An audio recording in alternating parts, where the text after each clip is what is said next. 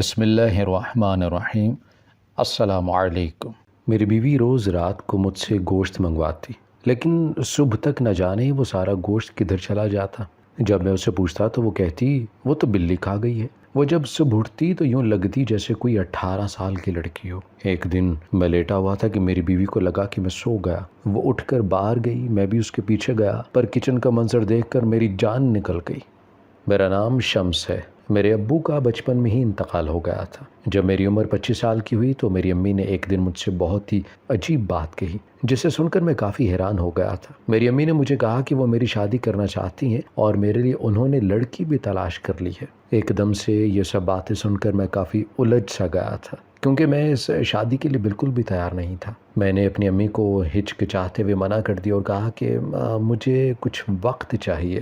امی پہلے تو افسردہ ہو گئی، مگر پھر امی نے میری بات مان لی۔ میں بہت حیران تھا کہ امی نے مجھے لڑکی کے بارے میں بتایا بھی نہیں تھا اور صرف یہی کہا تھا کہ جو بھی لڑکی ہے وہ تمہیں بہت پسند آئے گی۔ میں سارا دن اسی بارے میں سوچتا رہا کہ رات ہو گئی۔ رات کو میں اپنے کمرے میں لیٹا ہوا تھا کہ میری چھوٹی بہن بھاگتی ہوئی اندر آئی۔ اس کا سانس پھولا ہوا تھا۔ اس کی یہ حالت دیکھ کر میں گھبرا گیا اور پوچھا کہ گڑیا کیا ہوا ہے؟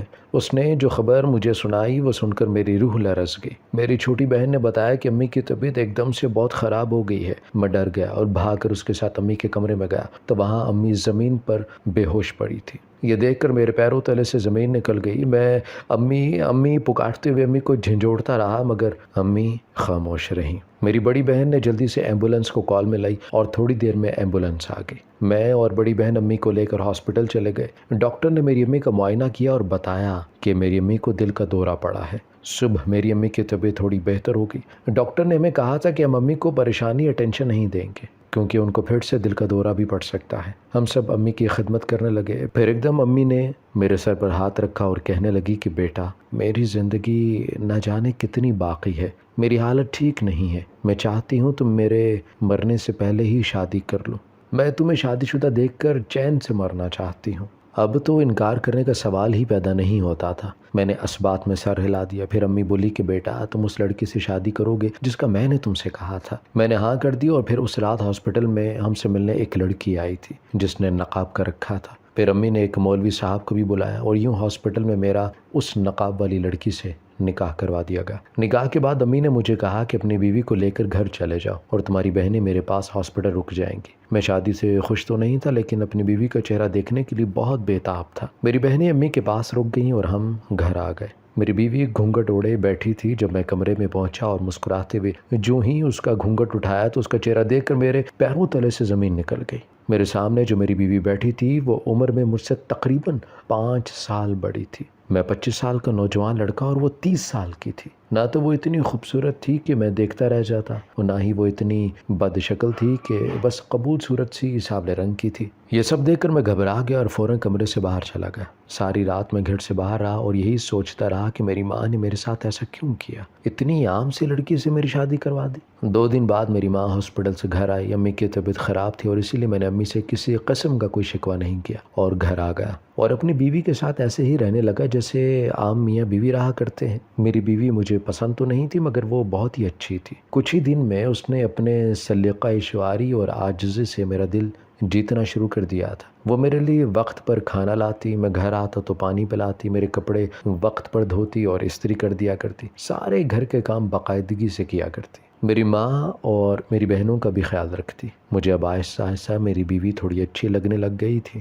مجھے اس بات کا غصہ تھا کہ وہ مجھ سے 5 سال بڑی ہے۔ میں نے کبھی اسے بیوی کی نگاہ سے نہیں دیکھا تھا، مگر وہ جس طرح میرا خیال رکھتی مجھے اچھی لگتی۔ میں شروع میں تو اس سے غصے میں بات چیت کیا کرتا اور ہر وقت ڈانٹتا رہتا، مگر پھر میرے لہجے میں آہستہ آہستہ بہتری آنے لگی اور یوں ہماری شادی کو 2 ماہ گزر گئے۔ اب وقت گزرنے لگ گیا تھا۔ ایک دن میں سویا ہوا تھا، جب مجھے رونے کی آواز آئی تو میں حیران رہ گیا۔ یہ آواز باتھ روم سے آ رہی تھی۔ میں پریشان تھا کہ رات کے اس وقت باتھ روم میں کون رو رہا ہے۔ میں نے دروازے پر دستک دی تو تھوڑی دیر بعد میری بیوی باتھ روم سے باہر آ گئی۔ میں نے اس سے پوچھا کہ اندر تم رو رہی تھی؟ تو کہنے لگی نہیں، میں تو نہیں رو رہی تھی، آپ کو کوئی غلط فہمی ہوئی ہوگی۔ لیکن مجھے یقین تھا کہ وہ سچ میں رو رہی تھی۔ ایسے ہی دن گزرتے جا رہے تھے کہ میں اپنی بیوی کو اکثر روتا ہوا دیکھا کرتا تھا، اور جب اسے رونے کی وجہ پوچھتا تو وہ مجھے کچھ نہ بتاتی اور جھوٹ بولتی کہ میں نہیں رو رہی۔ یہ چیز مجھے بہت پریشان کرتی تھی کہ میری بیوی کیوں روتی ہے، میں یہ وجہ جاننا چاہتا تھا۔ ایک دن میں کام سے گھر واپس آیا تو میں نے دیکھا کہ میری آپا میری بیوی کو بہت ڈانٹ رہی ہے، اور صرف ڈانٹ نہیں رہی بلکہ تھپڑ بھی مارا ہے۔ یہ سارا منظر میں نے اپنی آنکھوں سے دیکھا تھا۔ آپا میری بیوی کو کہہ رہی تھی کہ تم منحوس ہو، تم جیسی بدصورت عورت کی وجہ سے ہمارا گھر برباد ہو گیا، ہمارے بھائی کو اور بھی خوبصورت لڑکی مل سکتی تھی۔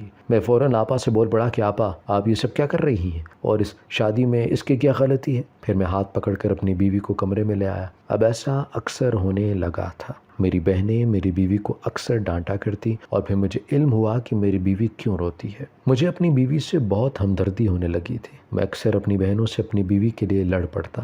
وقت ایسے ہی گزرتا چلا جا رہا تھا۔ میں اپنی بہنوں سے بیوی کے لیے لڑتا تو وہ میری بیوی کے خلاف باتیں کر کے میرا دماغ واش کرتی۔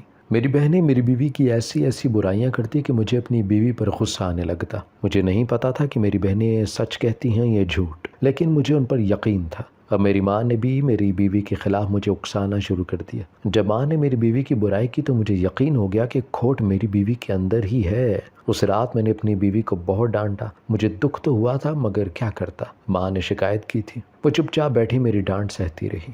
وقت گزرتا جا رہا تھا اور میری بیوی کے خلاف میری بہنوں کی شکایتیں بڑھنے لگیں۔ میں بھی اب اپنی بیوی سے تنگ آ گیا تھا۔ میں اب اس سے کم ہی بات چیت کیا کرتا۔ وہ میرے لیے کھانا لاتی تو میں جان بوجھ کر کھانے میں سے کوئی نہ کوئی کمی نکال کر اسے ڈانٹ دیتا۔ کوئی بھی کام کرتی تو میں اسے فضول میں غصے سے ڈانٹ دیا کرتا۔ مختصر یہ کہ میں اپنی بیوی سے اب تنگ آ گیا تھا۔ ایک دن میری آپی میرے پاس آئی اور انہوں نے آ کر مجھ سے بہت ہی عجیب بات کی، جسے سن کر مجھ پر سخت طاری ہو گیا۔ آپی نے کہا کہ تم اپنی بیوی کو طلاق دے دو۔ یہ سن کر میرے ذہن محوف ہو گیا تھا۔ میں نے آپی سے کہا کہ میں ایسا کیسے کر سکتا ہوں؟ آپی نے مجھے کہا کہ وہ امی کو منا لیں گی اور میری شادی اپنی سہیلی سے کر دیں گے۔ میں پہلے تو نہیں مانا مگر 3 دن بعد آپی نے مجھے کہا کہ انہوں نے امی کو بھی منا لیا ہے۔ اب میں راضی تو ہو گیا تھا مگر یوں ہی طلاق کیسے دے سکتا تھا؟ پھر ایک دن میری بیوی میرے لیے کھانا پکا کر لائی۔ کھانے میں نمک تھوڑا زیادہ تھا۔ میں نے سوچ رکھا تھا کہ آج نمک زیادہ ہونے کا بہانہ بنا کر اپنی بیوی کو ڈانٹوں گا اور طلاق دے دوں گا۔ میں نے اسے ڈانٹنا شروع کر دیا، لیکن جو ہی میں اسے طلاق دینے لگا، ہمارے ہمسائے میری بیوی کے رونے اور چیخنے کی آوازیں سن کر وہاں آ گئے۔ انہوں نے پولیس کو بھی بلا لیا تھا۔ یوں میں اپنی بیوی کو طلاق دینے سے رک گیا۔ مجھے تھانے لے جایا گیا۔ پھر معاملے کو پولیس نے سلجھا دیا اور میری بیوی نے بھی مجھ سے معافی مانگی، حالانکہ اس کی غلطی تو نہیں تھی۔ اس دن کے بعد میری بیوی مکمل بدل سے گئی تھی۔ اب وہ کچھ نہ بولتی تھی، ہر وقت چپ رہتی، بس رات ہوتی تو مجھ سے گوشت منگواتی، اس کے علاوہ کھانے میں کچھ نہیں منگواتی۔ میں حیرت میں اسے کچا گوشت لا کر دے بھی دیا کرتا۔ میں نے قصاب سے صاف بوٹیاں چن چن کر رکھنے کو کہا اور پھر شاپر میں پیک کروا کر گھر چلا گیا۔ میری بیوی دہلیز کے باہر کھڑی میرا انتظار کر رہی تھی۔ مجھے دیکھتے ہی اس کی آنکھیں چمک اٹھیں اور اس نے مجھ سے گوشت کا شاپر وصول کر لیا۔ میں حیران تھا کہ میری بیوی اس گوشت کا رات کو کیا کرتی ہے۔ میں نے صبح سے یہ جاننے کا فیصلہ کر لیا۔ اگلے روز ناشتہ کرتے ہوئے میری بیوی نے مجھے کہا کہ رات کو میرے لیے پھر سے گوشت لے آنا۔ یہ سن کر میں گھبرا گیا اور کہا کہ تم روز اتنا گوشت منگواتی ہو، اس کا کرتی کیا ہو؟ میں نے تھوڑا غصے میں کہا تھا، اس لیے وہ سہم گئی اور کہنے لگی کہ رات کو گوشت بلی کھا گئی تھی اور اسی وجہ سے آج دوبارہ گوشت منگوا رہی ہوں۔ میں نے اس کی بات مان لی اور پھر کام پر چلا گیا۔ اگلے روز میں دوبارہ اپنی بیوی کے لیے گوشت لے کر آیا اور اسے اپنے ہاتھوں سے اس کو تھما دیا اور اپنے کمرے میں آ گیا۔ لیکن حیرت کا جھٹکا مجھے تب لگا جب اگلے دن میری بیوی نے پھر مجھ سے یہ کہا کہ پلیز آج بھی رات کو مجھے گوشت لا دیے گا۔ میں نے پھر سے پوچھا کہ جو گوشت کل لا کر دیا تھا وہ تو پکا ہی نہیں، تو کہنے لگی کہ بلی کھا گئی۔ میں بھی بہت حیران تھا کہ پچھلے کچھ دنوں میں بلی اتنا گوشت کیسے کھا سکتی ہے؟ جتنا گوشت میں لاتا تھا اتنا تو ایک انسان بھی ساری رات کھاتا رہے تو نہ کھا سکے،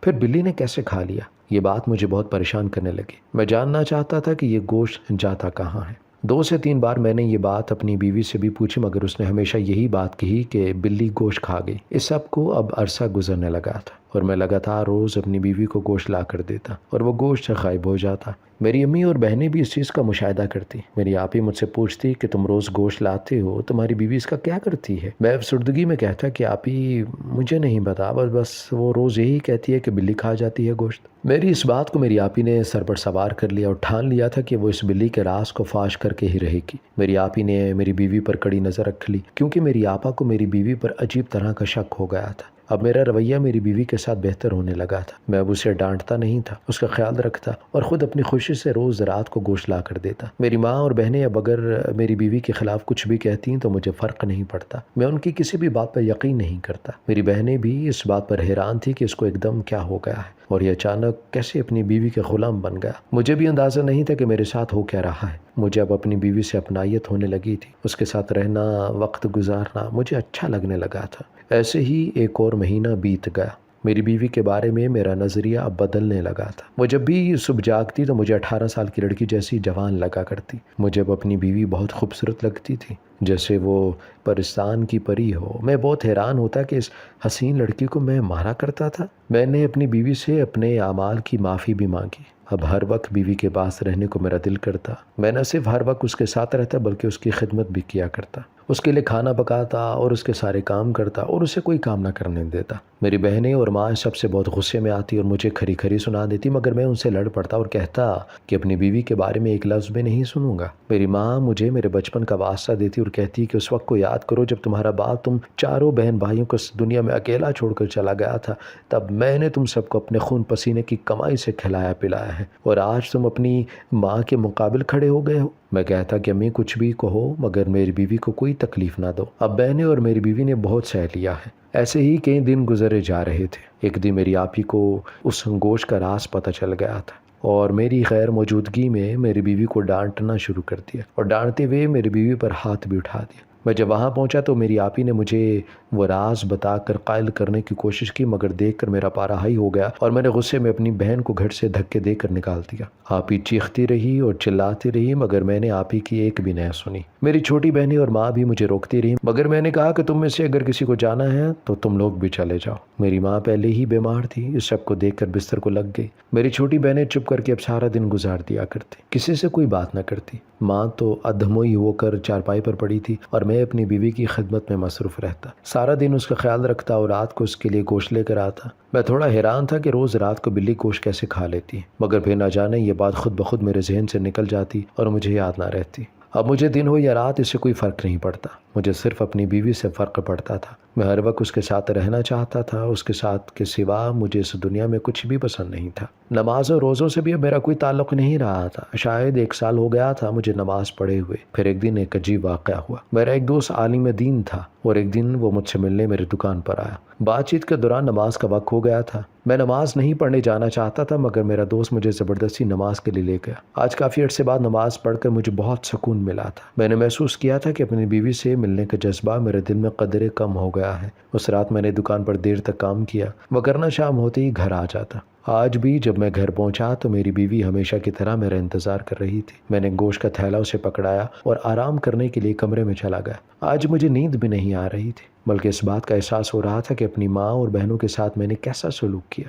یہی سب سوچتے ہوئے میں نے آنکھیں بند کر کے لیٹا رہا۔ پھر ایک عجیب واقعہ ہوا تھا۔ میری بیوی آدھی رات کے وقت بستر سے اٹھی اور مجھے باخور دیکھا۔ جب اسے یقین ہو گیا کہ میں سو رہا ہوں تو وہ بستر سے اٹھی اور کمرے سے باہر چلی گئی۔ میں بھی حیران تھا کہ میری بیوی کہاں جا رہی ہے۔ میں بھی بستر سے اٹھا اور اس کے پیچھے چلنے لگا۔ وہ کمرے سے نکلی اور پھر باورچی خانے میں چلی گئی۔ میں دھیرے دھیرے قدم اٹھاتا وہ اس کے پیچھے چلا جا رہا تھا۔ وہ باورچی خانے میں گئی اور دروازہ اندر سے بند کر لیا۔ میں باہر کھڑا ہوا چھپ چھپ کر اندر دیکھنے لگا۔ جب میں نے اندر کا منظر دیکھا تو میرے پیروں تلے سے زمین نکل گئی۔ اندر میری بیوی نے دیو کا ایک حصار بنا رکھا تھا اور اس حصار کے درمیان بیٹھ کر عجیب و غریب ورد کر رہی تھی اور ساتھ ساتھ کچا گوشت جلا رہی تھی۔ وہ اتنی تیز رفتاری سے جھومتے ہوئے کچے گوشت پر کچھ پڑ رہی تھی کہ ایک عام انسان اس کا تصور بھی نہیں کر سکتا تھا۔ مجھے یہ سب دیکھ کر راحت محسوس ہو رہی تھی، مجھے خوف بھی آ رہا تھا۔ میں جلدی سے وہاں سے چلا گیا اور اپنے کمرے میں جا کر سو گیا۔ صبح جب اٹھا تو اٹھ کر فجر کی نماز پڑھی اور سچے دل سے اللہ سے معافی مانگی اور پوچھا کہ یا اللہ یہ کیا معاملہ ہے، میری مدد فرما۔ نماز کے بعد میں اپنے دوست عالم دین کے پاس گیا اور اسے جا کر سارا مسئلہ بیان کیا۔ میرے دوست نے میری ساری بات سنی اور پھر جو بات اس نے مجھے بتائی وہ سن کر میرے پیروں تلے سے زمین نکل گئی۔ میرے دوست نے مجھے بتایا کہ میری بیوی کالا جادو کرتی ہے اور کسی اور پر نہیں مجھ پر ہی کرتی ہے۔ یہ سن کر میری جان نکل گئی۔ میں نے اپنے دوست سے پوچھا کہ تمہیں یقین ہے نا؟ تو اس نے کہا کہ ہاں مجھے پورا یقین ہے، تمہاری بیوی تم پر جادو کرتی ہے اور تمہیں اپنے حصار میں کرتی ہے۔ اس کالے جادو کی وجہ سے تم ہمیشہ اپنی بیوی کے بارے میں سوچتے رہتے ہو اور اپنی ماں بہن کے ساتھ برا سلوک کرتے ہو۔ یہ سب سن کر مجھے احساس ہونے لگا 1 سال سے جو کچھ ہو رہا تھا وہ سب میری بیوی کے اس کالے جادو کی وجہ سے ہو رہا تھا۔ میں نے یہ ساری بات اپنے دوست کو بتائی تو اس نے مجھے ایک پانی کی بوتل دی اور کہا کہ یہ پاک کلام والا دم کیا ہوا پانی ہے، اسے پیو، اس کے پینے سے تم پر کسی بھی جادو کا کوئی اثر نہیں ہوگا۔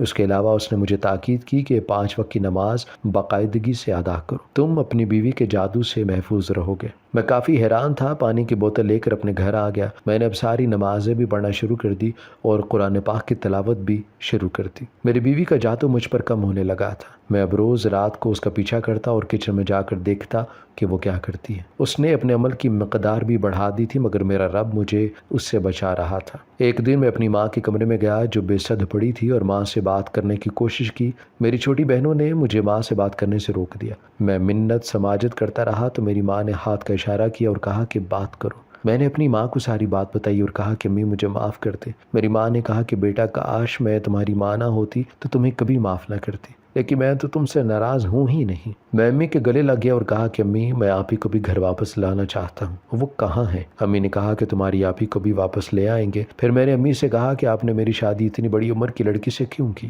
امی کہنے لگی کہ بیٹا تمہارے باپ کا ایک دوست تھا جس نے مرنے سے پہلے تمہارے باپ سے وعدہ کیا تھا کہ اس کی اکلوتی بیٹی کی شادی اپنے بیٹے سے کرے گا، اور یہی وجہ تھی کہ مجھے تمہارے باپ کے مرنے کے بعد اس وعدے کو پورا کرنا تھا اور اسی لڑکی سے تمہاری شادی بھی کرنا تھی، اور میں نے کر بھی تھی۔ میں اپنی امی کے گلے لگ گیا اور کہنے لگا کہ میں نے یوں ہی فضول میں آپ کو غلط سمجھا۔ امی نے مجھے تھپکی دی اور میرے آنسو پونچھے اور کہا کہ کل ہم تمہاری بہن کو لینے جائیں گے۔ اس رات پھر سے میری بیوی رات کو باورچی خانے گئی اور میں معمول کے مطابق اس کے پیچھے گیا۔ میں اسے چھپ کر دیکھ رہا تھا مگر اس کی نظر مجھ پر پڑ گئی۔ مجھے دیکھتے ہی وہ زور زور سے چیخنے لگی اور پھر میرے قدموں میں آ کر گر گئی اور زار و قطار رونے لگی اور کہنے لگی کہ میں نے تمہیں حاصل کرنے کے لیے اتنا سب کچھ برباد کر دیا۔ وہ چیخے جا رہی تھی، میں سب سے ڈر رہا تھا۔